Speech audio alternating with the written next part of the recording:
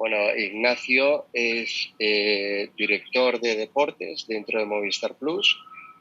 miembro del comité de dirección de Movistar Plus y la responsabilidad es el end-to-end de lo que es la oferta de deportes y entretenimiento dentro de la plataforma. Es decir, nosotros nos encargamos desde lo que es el proceso de prospección en el mercado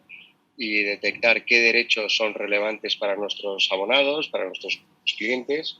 Después, la adquisición posterior y negociación con el correspondiente titular de los derechos, la producción y lo que sería el complemento o tratamiento de la propiedad por otra serie de programas, reportajes, lo que sería seguimiento de las competiciones, retransmisiones, etcétera, etcétera. Bueno, a nivel general, tener en cuenta que estamos hablando de la integración de dos empresas, una muy centrada y especializada en el mundo del entretenimiento, como es Canal Plus, con diría, ámbito de contenidos más expansivo que no solo el de los deportes, sino también en lo que es el cine, la ficción y el entretenimiento en general, y el mundo del deporte, porque es una empresa especializada en televisión de pago, con una teleco que ya había desarrollado tanto su propia plataforma de televisión de pago como su oferta de telecomunicaciones. En este sentido, para Telefónica supone un salto adelante, un paso adelante y una mejora de la oferta para sus abonados finales, y por lo tanto cambia totalmente lo que es la propuesta de valor que hacemos a los clientes. En este diría, proceso de integración, pues hay muchísimas cosas a tener en cuenta. El valor del posicionamiento de cada una de las compañías, que esto creemos que la suma de ambas pues es un valor relevante por el posicionamiento que tenía una empresa líder en el entretenimiento con una empresa líder en el sector de telecomunicaciones, y cómo se elabora una propuesta bajo una misma marca para lo que sería el cliente final. En este sentido, diría que lo que damos es un paso adelante de simplificación y de valor para el cliente final, haciendo una propuesta de las mejores telecomunicaciones y la mejor oferta de contenidos que había en el mercado en España. Bueno, la clave, pues diría que la clave son las personas. Yo creo que en Movistar Plus y en Telefónica hay un equipo de profesionales de altísimo nivel. No en mi caso, pero en el resto de mis compañeros te puedo decir que es así. Y en este sentido, pues creo que la capacidad que hemos tenido de tener una visión estratégica, no en el corto plazo, sino en el medio y largo plazo, de cómo estaba evolucionando el mercado, de analizarlo y dentro de lo que sería un mercado muy disruptivo, porque si analizamos el mercado de televisión ha cambiado muchísimo en los últimos años, no solo en las formas de distribución, también en cómo los clientes valoran, diría, los contenidos, la forma de acceso, el consumo, cómo los propios proveedores de contenidos han cambiado y han modelado sus ofertas y las han adaptado a esta nueva, te diría, entorno de mercado. Y yo creo que ahí ha habido pues un componente, te diría, de visión, un componente de ejecución muy relevante para adaptarnos a todos estos cambios, y te diría que un análisis muy claro de lo que es la demanda del cliente, ¿vale? En este sentido, mezclas tres componentes que son fundamentales. Analizar el mercado, analizar cómo es tus partners, cuál es la reacción y cuáles son los intereses de tus partners a la hora de tratar sus propiedades, y luego todo eso cómo lo encajamos con una oferta y con la percepción y con la nueva evolución de los clientes, que no es obvio. Y todo esto está pivotado pues en base a lo que sería una adaptación tecnológica relevante por nuestra parte, y también al mismo tiempo en unos perfiles que hay dentro de la compañía que nos han permitido ejecutar todo esto acorde en tiempo y en forma. Bueno, yo creo que son movimientos que aparentan ser muy disruptivos en el mercado, disruptivos porque venimos de, diría, un modelo relativamente tradicional basado en una cadena de valor bastante, diría, escalonada, de productor o creador a un titular o productor en este sentido, como pueden ser pues las grandes distribuidoras o estudios americanos o independientes relevantes que hacían de agregadores de todos esos productos audiovisuales, tanto en entretenimiento como en lo que sería ficción o cine. Las grandes, diría, competiciones con sus estructuras tradicionales que revendían sus derechos a las grandes plataformas, y aquí empieza a haber movimientos de diferente índole, movimientos, y diría, muy diversos, que pueden ser pues que los propios agregadores o tenedores de los derechos crean sus propias plataformas, que aparecen modalidades de distribución distintas y que permiten una mayor flexibilidad tanto para los creadores de contenidos como para el consumidor. Y nosotros aquí lo que diría es que hemos ido poco a poco adelantándonos a esos escenarios y siguiéndolos muy a corto plazo sus evoluciones para valorar pues cómo son las evoluciones, y diría, más naturales de un estudio americano que pasa de una distribución muy tradicional a un modelo de OTT y de integración con nosotros, a operadores que surgen nuevos y ver cómo podrían ser modelos de relación, diría, que sean un win-win para ambas partes. Aquí siempre, al final, yo lo llevaría a los básicos. Siempre y cuando tenga un sentido para ambas partes, yo creo que, y es lo que hemos tratado de hacer nosotros, que tenga un sentido para nuestros clientes y para el partner con el que cerramos el acuerdo, lo que tratamos es siempre de seguir teniendo un modelo de relación sostenible en el tiempo. Y me explico a lo mejor de manera concreta. Me podías decir que con Disney teníamos un modelo tradicional de distribución y de adquisición de derechos que nos permitían elaborar nuestra forma, nuestros propios canales, o lo que sería básicamente la distribución de sus canales o de sus contenidos a través de sus propios canales, y han evolucionado hacia una plataforma OTT, y hemos acabado alcanzando un acuerdo con ellos por el cual les distribuimos, y sigue siendo un modelo de relación, diría, bastante tradicional en cuanto al modelo de relación que teníamos con un estudio americano. En el caso de empresas que han surgido nuevas, pues Netflix se podría considerar como si fuera otro gran estudio nuevo, con un modelo híbrido que es directo al consumidor y de integración con nosotros, que nos permite ofertar esos contenidos también, pero no nos olvidemos que antes esos contenidos, como decía, en el caso de Disney, también estaban en otros operadores de televisión, a lo mejor no era un contenido excesivamente exclusivo en algunos aspectos.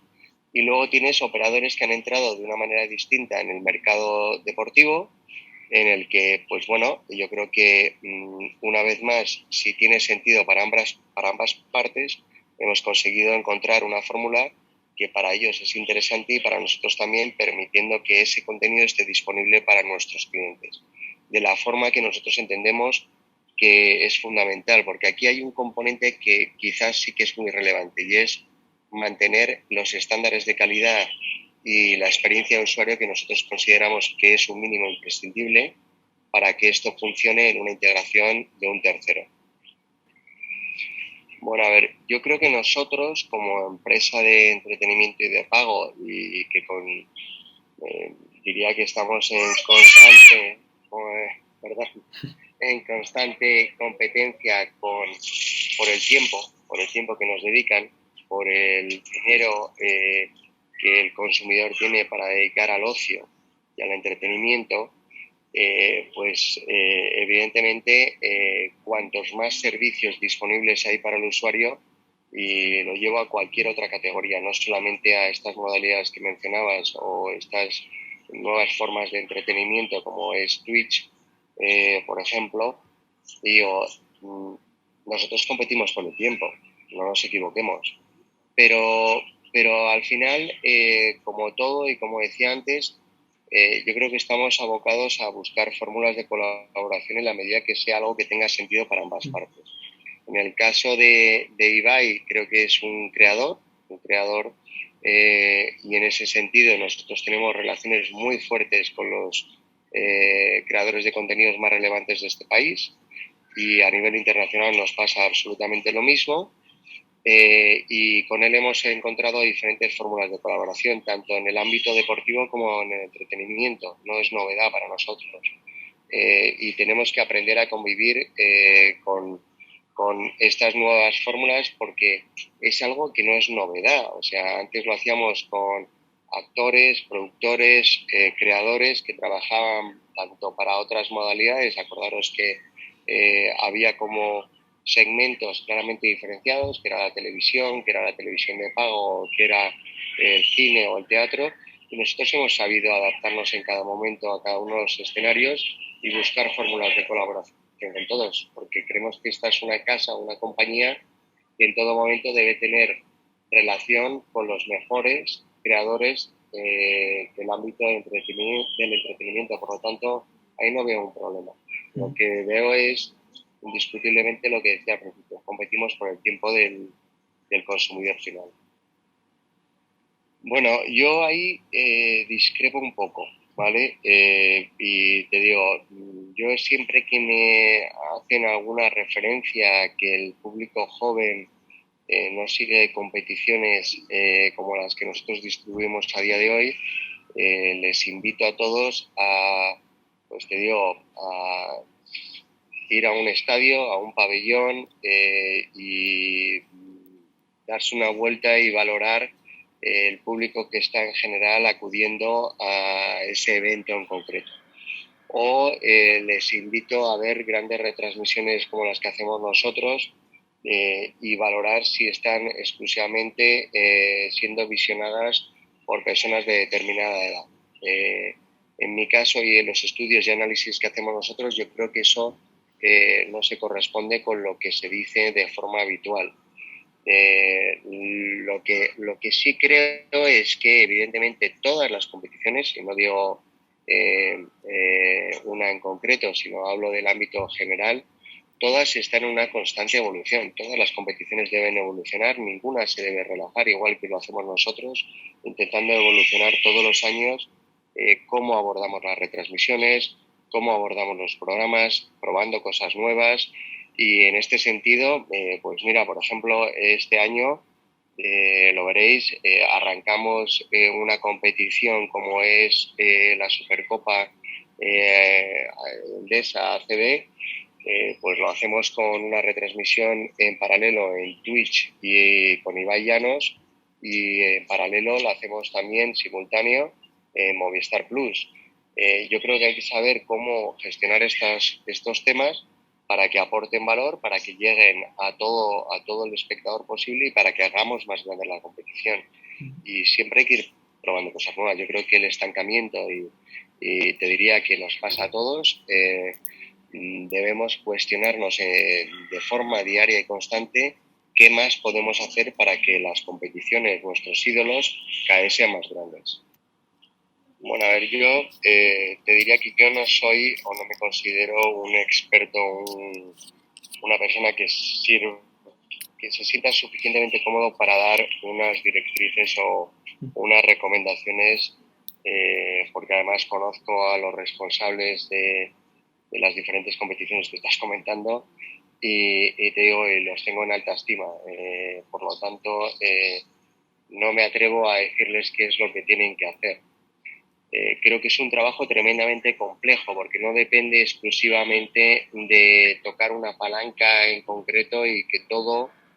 funcione a las mil maravillas. Es verdad que los recursos son necesarios y muchas veces se ven incapacitados los gestores de las competiciones para llevarlo a cabo y amplificarlo. Yo lo llevaría a un símil que es quizás una forma de explicarlo sin complicarme en exceso por el desconocimiento de que el mundo del deporte es mucho más complejo. Pero si nosotros analizamos un guión de una película o una película en sí, lo que diría es tenemos que contar una buena historia y nosotros nos dedicamos a entretener. Por lo tanto, ese espectáculo, ese evento deportivo debe tener un componente de entretenimiento claro y definido.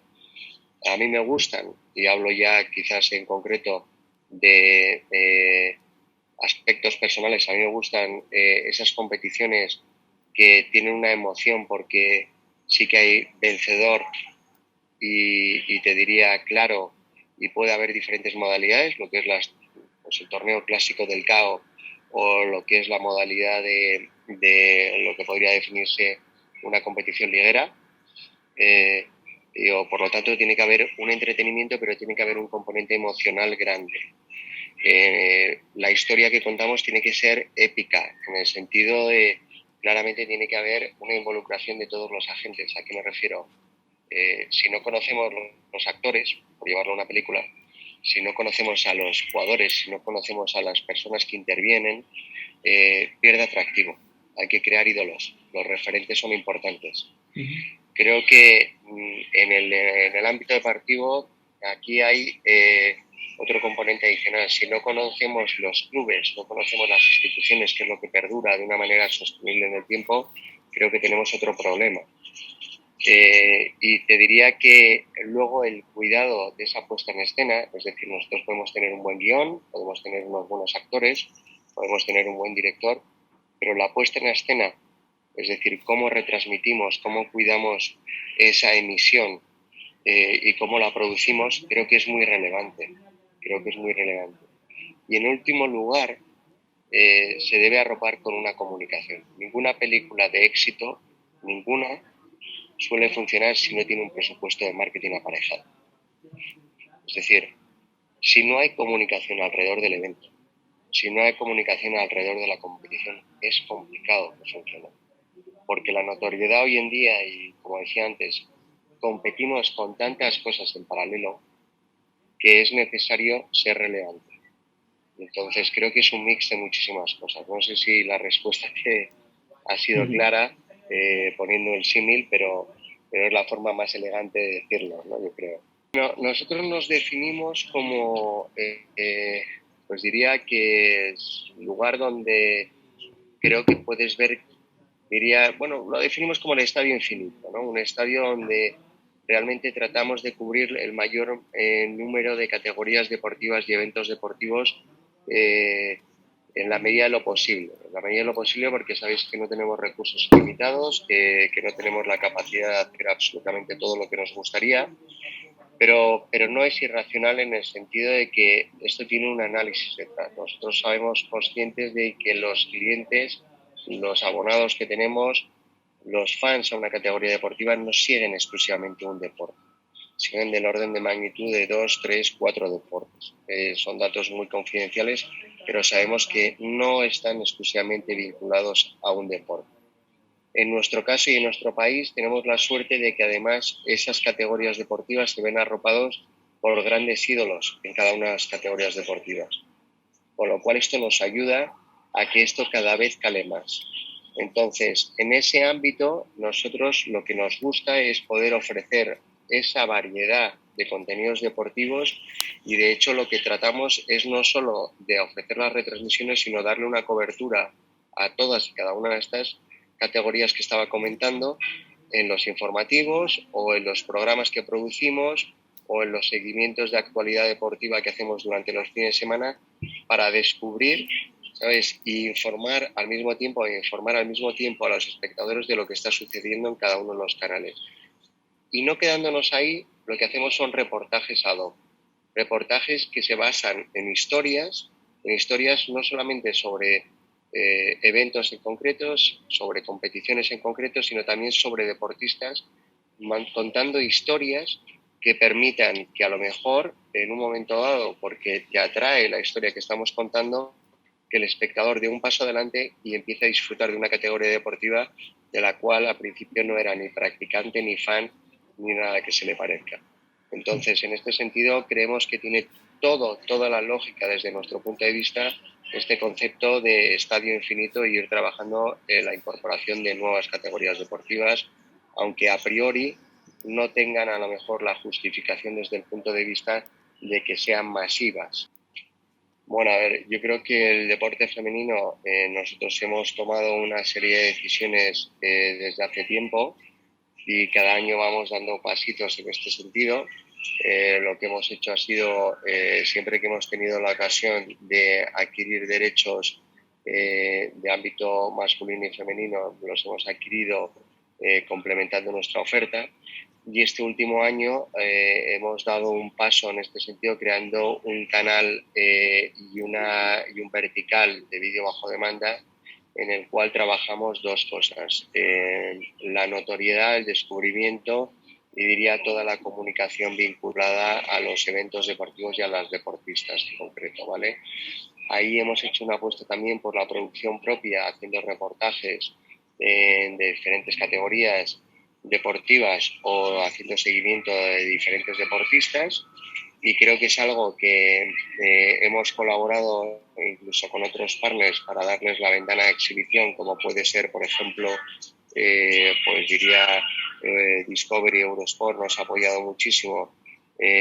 haciendo cesiones de derechos exclusivamente para apoyar esta iniciativa de darle más notoriedad y empaque a lo que sería el canal Ellas, que creemos que en este sentido es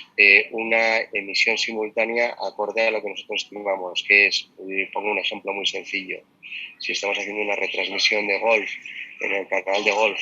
y es un torneo femenino, pues lo que hacemos es simultáneamente ese mismo torneo se está emitiendo en simultáneo en el canal Ellas. Con lo cual, de esta manera lo que ganamos es, o lo que conseguimos es darle más visibilidad al deporte femenino y a nuestras deportistas en este sentido. Entonces, yo creo que es algo que está creciendo, creo que crecerá mucho más y que espero que siga esa senda y que, bueno, pues si ponemos nosotros un granito en ese camino que están haciendo todas las deportistas y las diferentes competiciones, pues será bienvenido.